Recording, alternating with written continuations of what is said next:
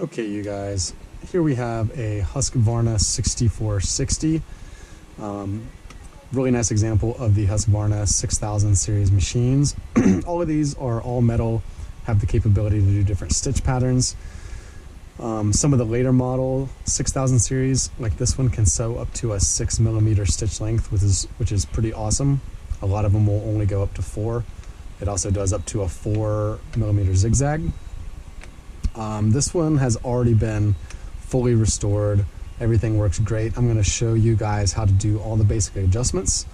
But let me show you a couple features here. So to change the stitch selection here, this white dot is kind of where you want to put it to put in the cams in the back for the different stitches. But you can see that this is going to go in between each of these very smoothly. Everything works great. Reverse. This is the feed dog drop. Push this in to drop the feed dogs. If you want to change the orientation of your fabric, push it up and out to let it out. And of course, over here is the reduction gear system. You pull out to engage the reduction gears. It sews with tons more power and a lot slower for precision sewing. And yeah, we have our thread tension right here. On the back side here, we have our presser foot tension. I always keep it pretty high. And yeah, that's how we drop our presser foot. So I'm going to show you guys basically how to take this apart, do the adjustments that you need to do to get your machine up and running again. So we're going to be following this manual here, which shows how to do all the adjustments necessary. So here we go. So first thing here is if we want to remove the plate right here, we just press on this little thing right here, pushes it up, and we can slide it out. Same thing with the bobbin here. Some of the older models have a couple screws on each side that you just have to unscrew, but the newer models are really nice in that it's really easy to get out. Again, to thread a bobbin with your thread coming off this side, we place it in the bobbin case and bring it up through the guide right here when it's ready to go. But yeah, let's get on to how to take this thing apart. One of the first things you're going to want to do is remove this stitch selector on the front. So you just press it to the side and it comes off. You'll see it just has some slide locks here for it to stick into. Yeah, so that's step one. Step two, I'm going to turn off this light and unplug it as we start to take it apart. So next thing we want to do is take this cover on the end off, and right here is a little lever that you pull down, and then this will come off. This just locks into this little slot here. So we'll take that apart. So now we have access to the end of the machine here. Before we take this off, let's get the covers of the machine off. So first thing we're going to do is we're going to turn this upside down on its side. And let me go over some of the bolts here. So, oh, and before we get any further here, the tools that you're going to want to have are, of course, some sort of scissors. You're going to want a multi-screwdriver, a small flathead screwdriver, some really fine tweezers to get some of the lifetime lubricant out of there. You're going to need a 2mm Allen wrench and a 10mm socket with an extension on it. And I'll show you what those are for in a little bit. But with our Phillips head here, the case is held on by just a couple screws I believe there is just one right here, and then there's one on the bottom here. Mine's actually, the threads are actually cracked in here, so there's no screw right here right now. This bolt right here is for the motor. If you want to create more tension on your belt, you can unscrew this and move it a little bit to the left or right for more or less tension. These two bolts right here hold on the actual circuit board of the motor. And then we're going to take this one off on the bottom right here. So that just goes to the edge of this white case right here.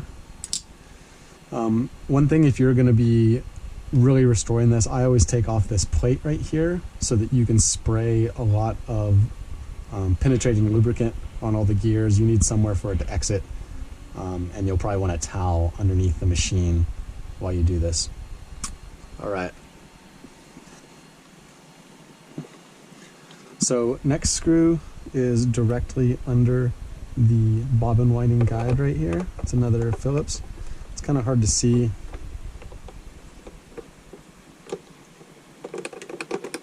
Cool, so we'll get that out. And the ones for the bottom and everything are these type of Phillips. Next thing we can do is we can take off these two bolts right here. Use a flathead.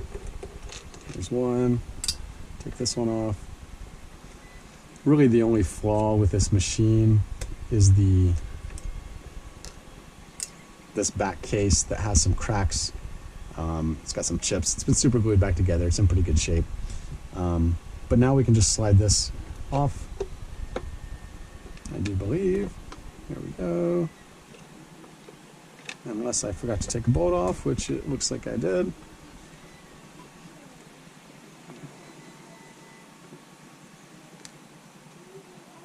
No, I don't think I did. I just need to get it off.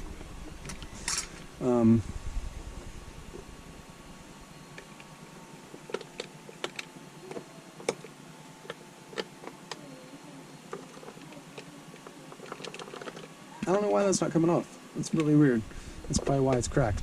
Okay, let's get this end case off first. So to get this piece off, if your hand wheel doesn't have a bolt in the middle, then it just pulls off.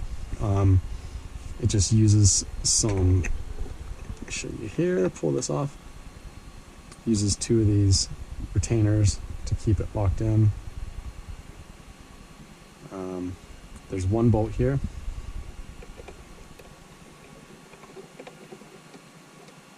It's a small one. Okay, this piece comes off. Now this piece, there we go. Oh, it's just locked on the side here. All right. Set those to the side. I'm going to put this back on because you're going to want to be able to turn the hand wheel. Okay.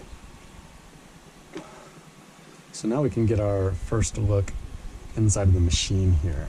One of the most common things that you're going to see on these is that this cam right here, it has plastic around the outside, is going to be cracked.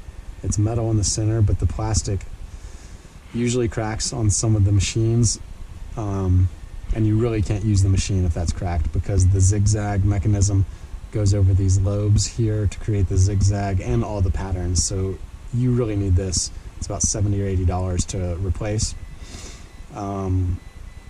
Yeah, so that's how you get the ends of the machine off. The last thing that we have to do here is take off the end of this over here. Let me see if I can turn on some light here. Okay. So there's basically 4 screws to get this off. There's 2 flatheads here. This one actually holds on the top carrying area. And let's take these off real quick.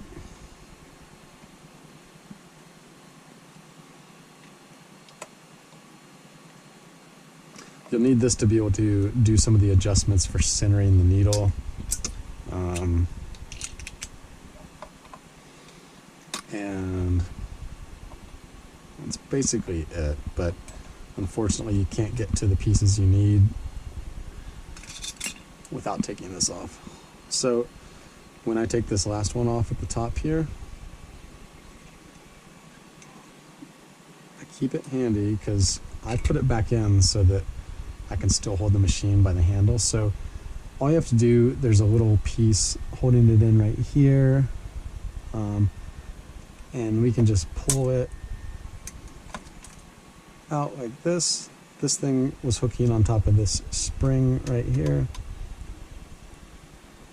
So yeah, there's that mechanism. We'll set it over here. Okay, so now we have basically everything dismantled from the machine so we can make all of the adjustments. One thing you guys might wonder is, what is this thing sticking out on the side here? Basically, I will always put either a small nail, or this is a cotter pin here, so that I have something to lift up on the presser foot. And now that we have this out, I'm going to put this back in. Really just needs to be hand tight. And the reason is so that I can still pull up on this to move it around. All right, cool. So let's flip this baby around. All right, let's get into these service adjustments. So this is not only the operating manual, but it is also the manual for making all of the adjustments. Let's see if where the second section starts.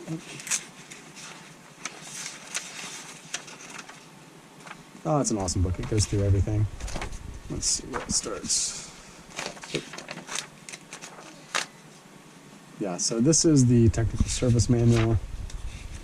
Basically shows everything of how to make stitches,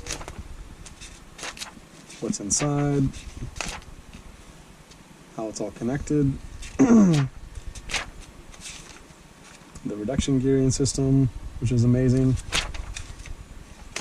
Yeah, so you can really learn a lot from here. But first thing we already showed was how to remove the cover. Yep, so it shows you here which bolts to take out, how to remove the pattern scale on the front. Basically, it covers every machine. What we're going to go to first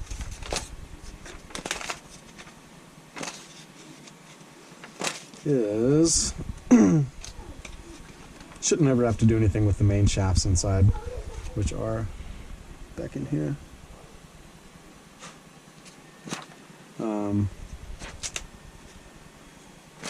Let's see, slowly getting here. Okay, worm wheel tolerances. This is just showing how basically the worm gear should be right up tight to this over here. Okay, let's see, where are we going? All right, introduction to service adjustments. This is what we need. So, yeah, for the zigzag, you're going to need to look at the raise of the cam follower, which is right here. And yeah, there's some simple adjustments. Most of these are still going to be lined up correctly on the lobes of the machine right here. Retraction of the zigzag cam follower you might need to do. So basically you have your main cam here, and you need to have this come off 0.3, 0.4 millimeters, so you just turn this eccentric screw in the back here. Another one is the timing of the zigzag movement. So when you have it in zigzag, the cam should be on this lobe when it's in its furthest position. So I'm going to show you guys.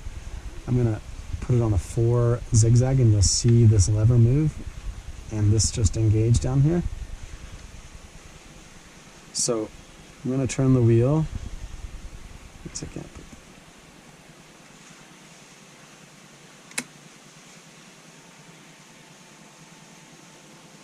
and basically this should be lined up pretty well.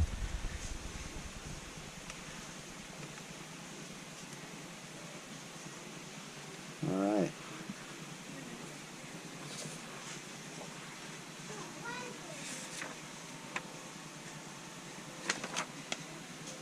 Okay, here's the needle bar frame stop, which prevents breakage, needle breakage. Don't really have to do anything with that. Okay, this is something you're probably going to have to do. You're probably going to have to center the maximum zigzag width. And there's two ways to do it. On the outside here, there is this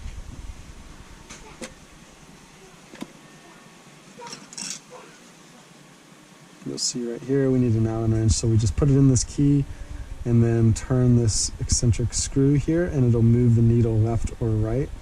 So that adjustment is right here.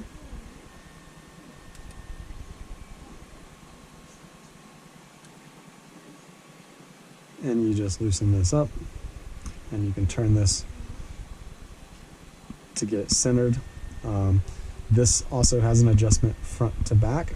So if you loosen this lock hex up, you can move the needle front to back to make sure that it's in the right position in the needle plate here. One other adjustment that you can do for the zigzag width here. So on the far right side of the machine here, there is a 10mm nut and a flathead screw. So it's kind of counterintuitive, but to loosen it up, you loosen the screw first and then you turn the nut, which is eccentric, to move the needle left or right. So that adjustment is right here. So basically, to make the adjustment, you're going to first loosen the screw right here. Then you're going to put your 10mm socket on. Let's see if I can get it on there. Yep. And then you can go left or right.